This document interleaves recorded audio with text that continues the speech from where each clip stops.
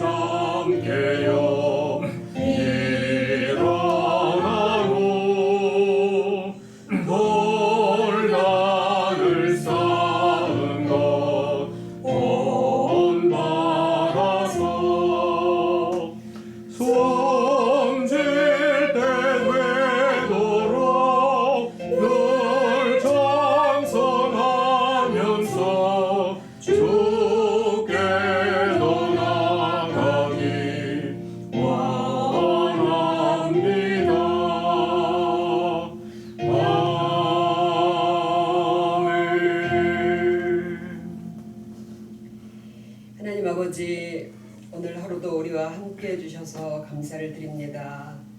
다시 복 있는 사람이 되고자 하나님께 귀를 기울이고 입술로 주님을 찾으려 모인 우리 주나산의 성도들을 축복해 주시옵소서. 말씀에 삼가고 주의하는 사람들은 좋은 것을 얻게 되리라 믿습니다.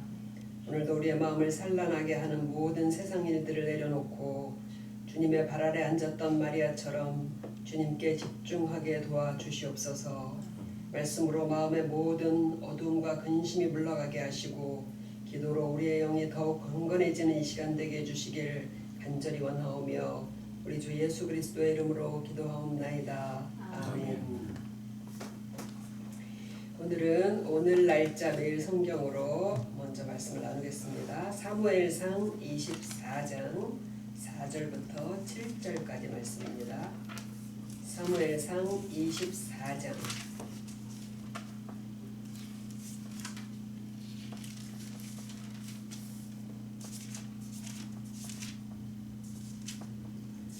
4절부터 7절까지 말씀을 함께 읽도록 하겠습니다. 다윗의 사람들이 이르되 보소서 여호와께서 당신에게 이르시기를 내가 원수를 네 손에 넘기리니 네 생각에 좋은 대로 그에게 행하라 하시더니 이것이 그날이니이다 하니 다윗이 일어나서 사울의 겉옷자락을 가만히 베니라. 그리한 후에 사울의 옷자락 뱀으로 말미암아 다윗의 마음이 찔려 자기 사람들에게 이르되 내가 손을 들어 여호와의 기름 부음을 받은 내 주를 치는 것은 여호와께서 금하시는 것이니 그는 여호와의 기름 부음을 받은 자가 뱀이니라 하고 다윗이 이 말로 자기 사람들을 금하여 사울을 해하지 못하게 하니라. 사울이 일어나 굴에서 나가 자기 길을 가니라. 아멘. 지난 수요일 말씀에서 다윗이 물맷돌로 골리앗을 쓰러뜨린 내용을 우리가 함께 나눴습니다. 그러니까 이 승리로 인해서 신임을 얻은 다윗은 사울 왕의 측근이 되었고 또 사울 왕의 사위가 됩니다. 그러니까 뭔가 왕위를 향한 순항을 하고 있는 것 같죠. 그런데 블레셋과의 전투에서 승리하고 사울 왕과 다윗이 함께 돌아올 때 환영하던 여인들의 노래가 화근이 돼요. 그들이 뭐라고 노래하냐면은 사울이 죽인 자는 천천히요 다윗은 만만이로다. 그러니까 사울은 백성들의 마음이 다윗에게 향하는 것을 심상치 않게 여기게 됩니다. 그러니까 사울 왕은 다윗을 견제하고 결국 죽여야 되겠다고 결심을 하게 돼요. 이미 왕조가 바뀔 것은 사무엘을 통해서 사울 왕에게 예견이 되었어요. 그런데 사울 왕이 그것을 받아들이지 않고 있는 것입니다.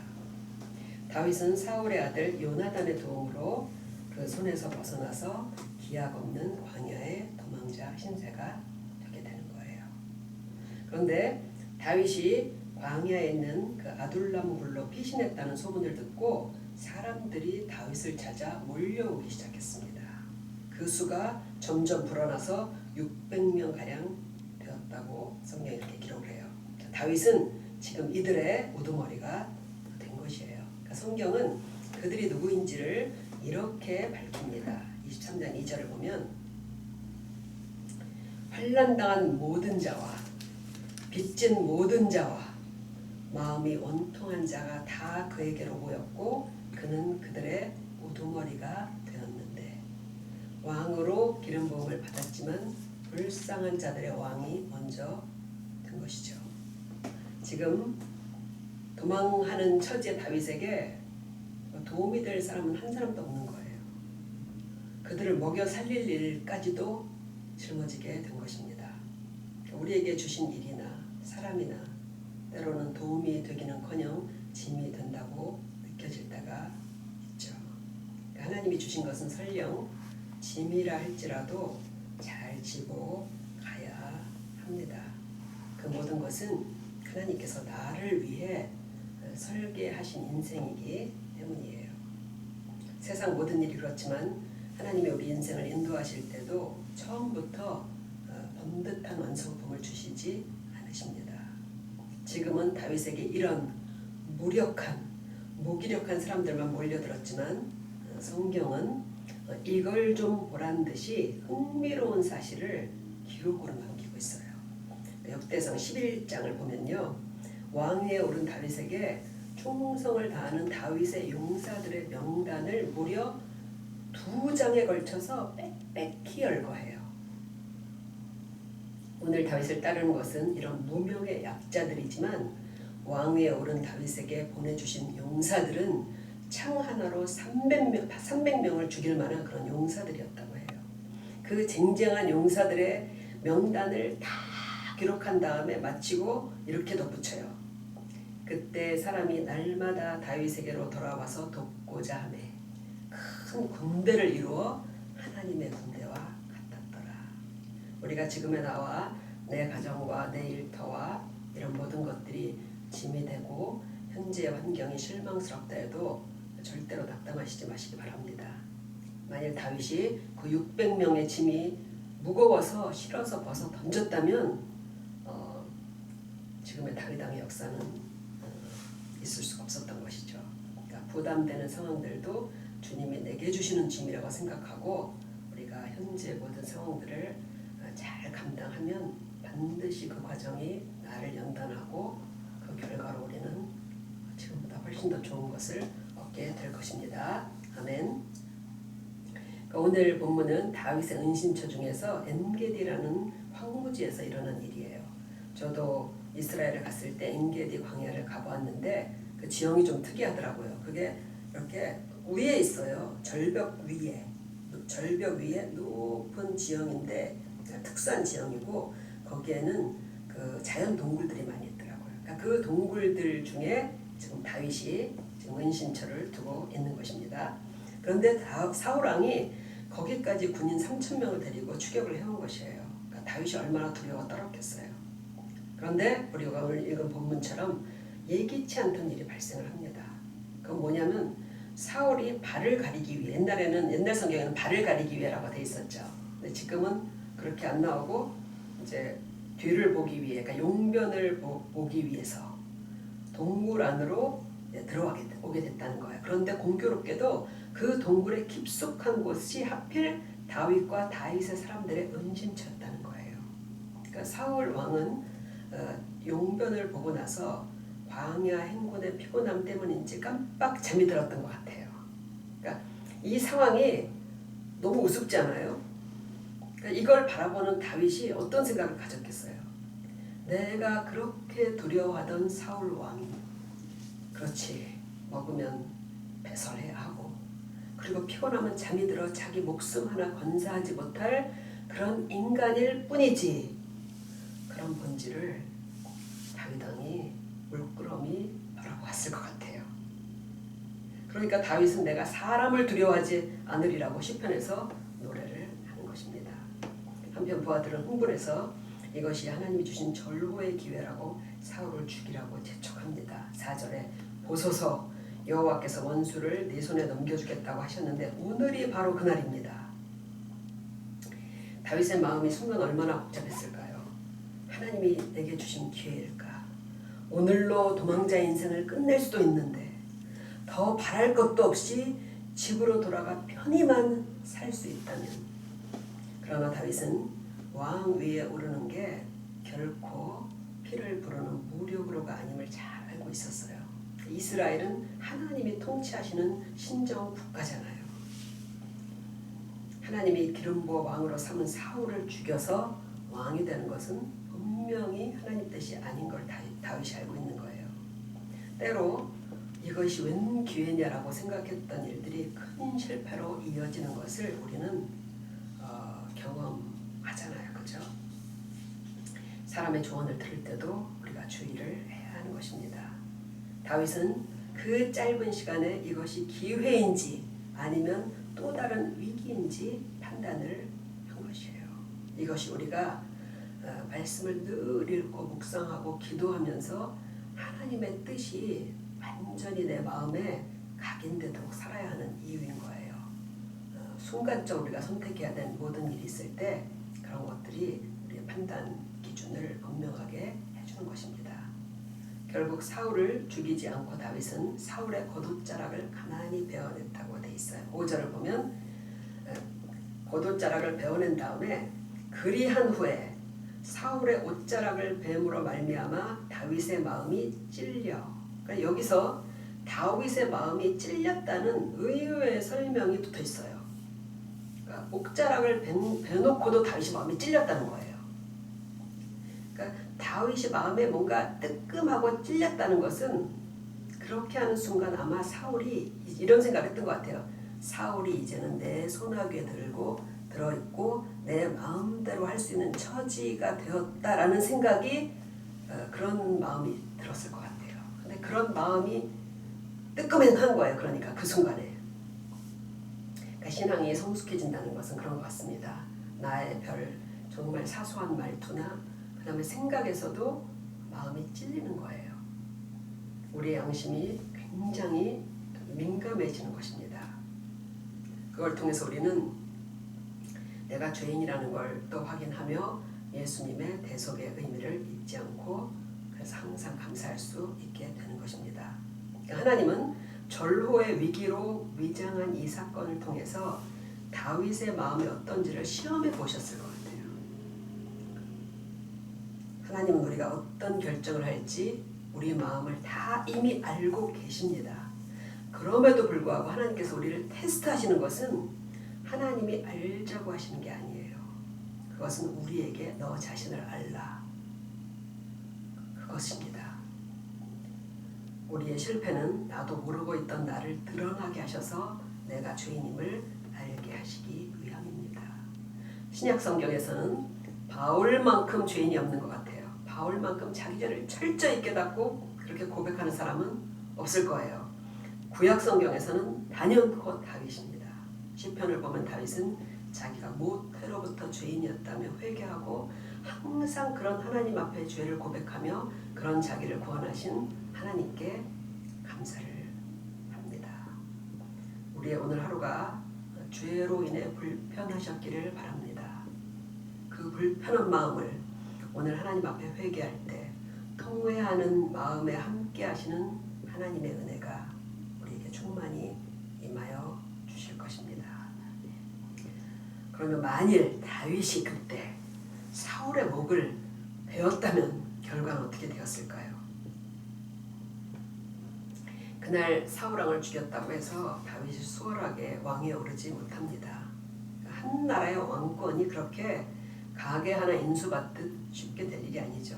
그러니까 뒤에 나중에 보면 사울 왕이 전사하고 나서야 다윗이 왕이 되는데 그때에도 12지파 중에서 유다 지파 한 지파만 다윗을 왕으로 추대해요. 다윗이 유다 지파잖아요. 나머지 11지파는 사울 왕의 다른 아들인 이스보셋에게 왕권을 왕으로 추대해요. 이스보셋을. 그 이후에 모든 지파의 왕이 되기까지 시간이 또 7년 6개월이 흘러가요. 그러니까 10여 년 광야 생활의 유다 지파의 왕으로 또 7년 6개월이 지난 뒤에야 이스라엘 모든 지파의 왕이 되게 된 것이에요. 그러니까 총 20년. 그러니까 하나님의 시간표가 늦어도 정말 너무 늦다는 생각이 들죠. 그러나 목동이 왕이 되는데 20년의 세월이 많다고 생각할 수는 없습니다. 그러나 그 훈련 시간을 기꺼이 견디고자 하는 사람이 누가 있겠어요? 그러니까 다윗을 광야에서 옴짝달싹 못하게 가둬두시지 않았다면 오늘 우리가 알고 있는 다윗이 되지는 못했을 거예요.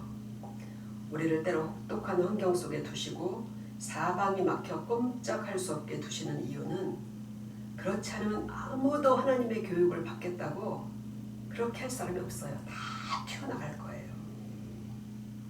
손흥민 선수의 아버지가 얼마나 독하게 손 선수를 훈련시켰는지 유명합니다.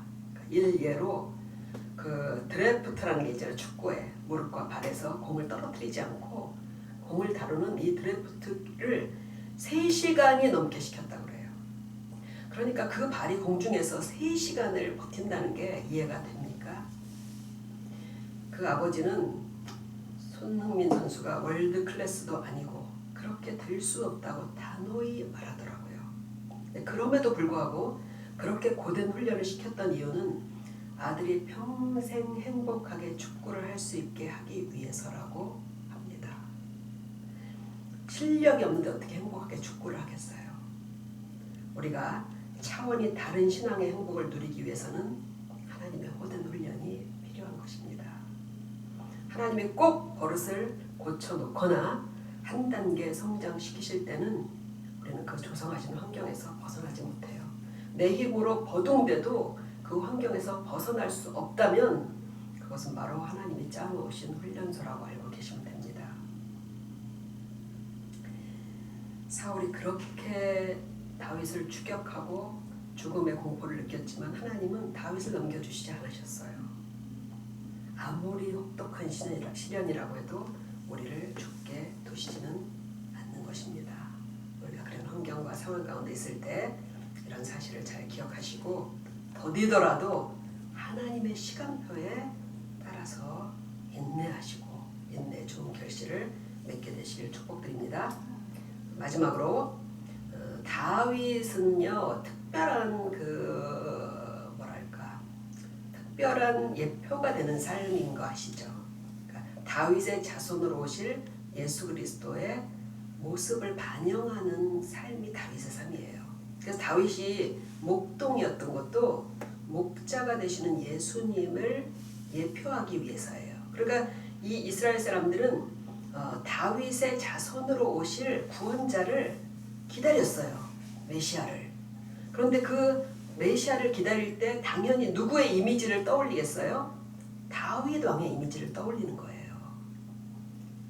그래서 다윗 왕은 그런 예표가 되는 삶을 산 사람이고 그런 삶을 잘 살아줬어야 돼요. 그러니까 오늘 다윗이 그 시험을 통과한 것입니다.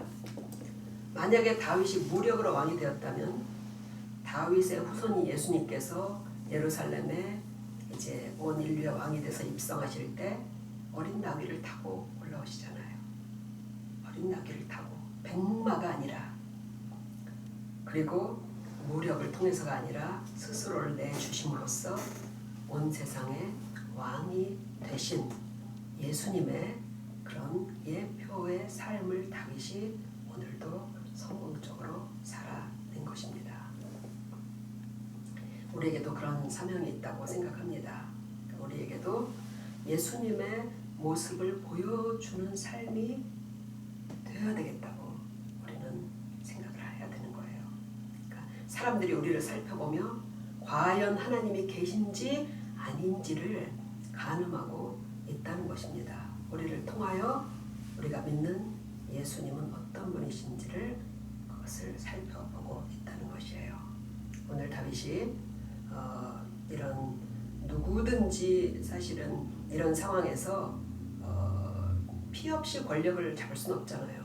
사울왕을 죽이고 왕이 되는 것은 누구도 탓할 것이 아니지만 하나님께서 세우시는 하나님의 나라에 대한 그런 예표의 삶을 잘 살았던 것처럼 우리도 매일매일 살아갈 때 우리의 방법적인 면을 우리가 목적이 좋다고 해서 방법은 아무거나 써도 되는 게 아니라고 생각을 해요. 그래서 분노, 그다음에 의분 이런 것도 우리가 하나님의 말씀에 우리 자신을 잘 비추어 보면서 하나님께서 우리에게 요구하시는 그런 방법을 따라서 하나님을 섬기는 그런 우리가 되어야 되겠습니다. 오늘 우리 기도하시겠는데 먼저 말씀을 생각하면서 기도하겠습니다. 우리의 가족, 관계, 환경, 질병, 미래 그런 것이 그중 어떤 것도 하나님이 나를 위해 설계하시지 않은 것이 끼어들지 않아요. 하나님이 다 설계하신 거예요. 그것은 내가 예수님을 행복하게 믿을 수 있도록 하는 우리의 신앙과 인격의 훈련임을 알고 우리에게 지금 있는 여러 가지 어려운 상황들을 잘 이겨낼 수 있게 되기를 우리가 함께 기도하도록 하겠습니다. 그리고 다윗처럼 우리가 죄에 민감해서 항상 예수님의 십자가의 은혜를 의지하는 그런 복된 믿음이 되기를 기도합니다. 그리고 다윗이 예수님을 예표하는 삶을 잘 살았던 것처럼 우리도 우리의 삶을 통해서 예수님과 하나님을 잘 드러내는 그리스도의 향기가 되고 그리고 하나님의 거룩하심처럼 그 거룩함을 드러내는 그런 삶이 되기를 우리가 먼저 우리 오늘 말씀을 통해서 한번 기도하도록 하겠습니다.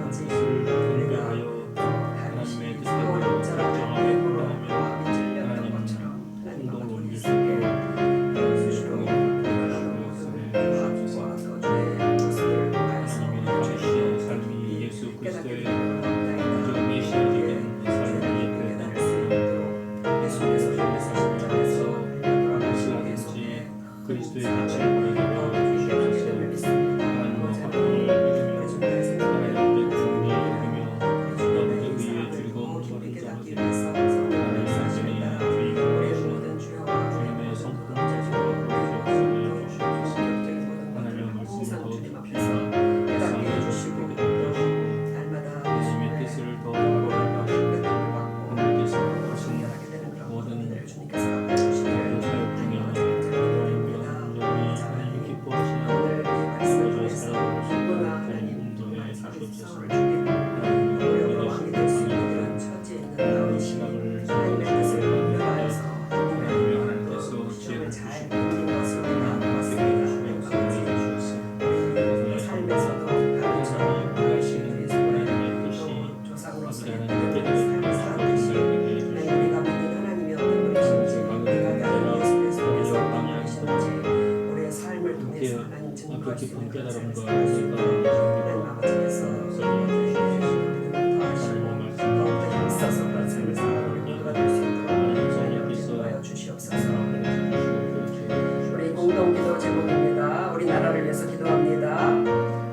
지금 주택 문제, 물가 문제, 또 주변국들의 여러 가지 혼란한 정세, 난폭한 문제들이 다 우려가 되고 있는 상황입니다. 새 정부와 대통령이 이런 문제에 집중해서 미리미리 잘 대비하고 대처해 나갈 수 있도록 지혜와 능력을 주시길 하나님께서 친히 우리나라와 국민들을 지켜주시기를 기도합니다. 또 우크라이나 전쟁으로 인한 여파가 점점 가난한 나라들로 확산되고 있는데 속히 전쟁이 종식되도록 하나님이 인도해 주시길 기도하시겠습니다. 우리나라도 러시아와의 외교적인 문제를 고려할 때 온신의 폭이 좁은데 지혜롭게 또 도움을 줄 수 있는 참여 방법을 잘 모색해서 이로 인한 어려움이 생기지 않도록 우리가 함께 기도하도록 하겠습니다. 하나님 아버지 시간이 흘러가 우리나라를 위해서 기도합니다. 아버지 하나님 이제 코로나로 인해서 우리가 수많은 일상을 행복해 하고 있는 가운데 또 여러 가지 외교적 세계적인 정세가 펼쳐지는 시간에 주님 앞에 기도 드리옵나이다. 하나님 아버지 또 주택 문제로 인하여서 사람들이 고통 가운데 나라가 쏟는 가운데 어려움을 겪는 사람들이 많습니다. 세계적으로 불안한 가운데 저를 향한 나라를 위해서 인류의 또 적으로 죽는데 하나님 아버지 하나님께서 위력해 주시고 새 정부와 대통령이 정말 겸손하게 또 사람들의 치하여서 이 모든 어려움을 잘 이겨낼 수 있는 하나님께서 허락해 주시길 주님 감사합니다. 정부가 문제가 항상 우리에게 큰 두려움인데 하나님 아버지 또 이 문제가 이런 또 혼란을 풀면서 다시 하나님 또 생각을 던지지 않도록 하나님께서 도와주옵소서. 그래서 더 일기 어려운 하나님 한반도 문제가 하나님께서 도와주셔서 그 가운데에도 주님께서는 공주에서 아들의 백합화를 먹으시고 입히신 것처럼 하나님의 성과 모든 사람들을 입히시고 계시는 아버지 온전히 우리의 아버지의 인생의 목적과 목표와 삶의 의미가 무엇을 먹고 무엇을 마시는 것이 있지 않으면 아버지 하나님 이 교활한 삶 가운데서 아버지의 아버지의 영원 삶을 준비하는 아버지의 그러한 준비의 삶이 의미가 있음을 이 시간에는 우리 교회를 위해서 기도하도록 하겠습니다. 이제 코로나 영향을 다 벗어나서 교회가 다시 활력을 찾을 수 있도록 내실 있는 신앙의 성장으로 더욱 굳건히 세워지는 우리 교회가 되길 기도합니다. 또 성도들이 성령의 충만하신 힘을 얻어서 가족과 이웃 전도에 더욱 힘쓸 수 있기를 기도합니다. 오는 주일 성찬식과 예배 성도들에게 은혜를 베풀어 주시길 위해서 기도하시고 말씀을 준비하는 저를 위해서 기도해 주시기를 바랍니다. 하나님 아버지 이제 또 오랜 코로나 영향을 벗어나서 하나님 교회들이 주님 앞에 되는 예배를 모이고 다시 또 말씀과 그리고 교제가 회복될 수 있도록 하나님께서 은혜를 베풀어 주시길 감사합니다. 우리 교회에서 하나님의 모든 지혜를 실력을 되찾고 모든 예배와 교제가 다시 회복될 수 있는 날 하나님께서 함께해 주시기를 주시옵소서. 주님 간절히 바라옵나이다. 지혜를 필요한 사람에게 지혜를 허락하여 주시고 하나님의 열심히 필요한 사람에게 열심히 주시고 하나님의 관심이 필요한 자에게 관심을 허락하여 주시옵소서. 하나님의 교회를 통해서 이 교회가 주님의 세우신 교회가 하나님의 많은 사람들이 아버지와 주님과 연결되게 하시고 하나님의 말씀을 사모하게 하시고 주님께 기도하게 하시고 아버지께 격려하며 위로하며 아버지가 할 때 붙들어 주어 아버지를 사랑하고 아버지 장성한 분량이 주시옵소서. 관심하게 하여 주시옵소서. 성령의 열매를 다하게 하여 주시옵소서. 하나님의 성도들 한 사람 한 사람 자신의 육신적인 필요를 인하시오니 하나님의 궁핍하지 않도록 주여 붙잡아 주시옵소서. 하나님이 주시는 그 풍성함과 아버지와 넉넉하게 하시고 아버지와 사고 넘쳐서 아버지 하나님 미국 사람들을 참으기를 보좌하고 하나님의 섬길 수 있도록까지 주님께서 복을 부어 주시옵소서. 아버지 하나님의 사랑을 이어서 개인 기도하는 시간을 잠시 갖도록하겠습니다. 아버지 정성들이 주여 믿음으로 사랑해 주시옵소서. 주의 말씀을 아버지 주시옵소서.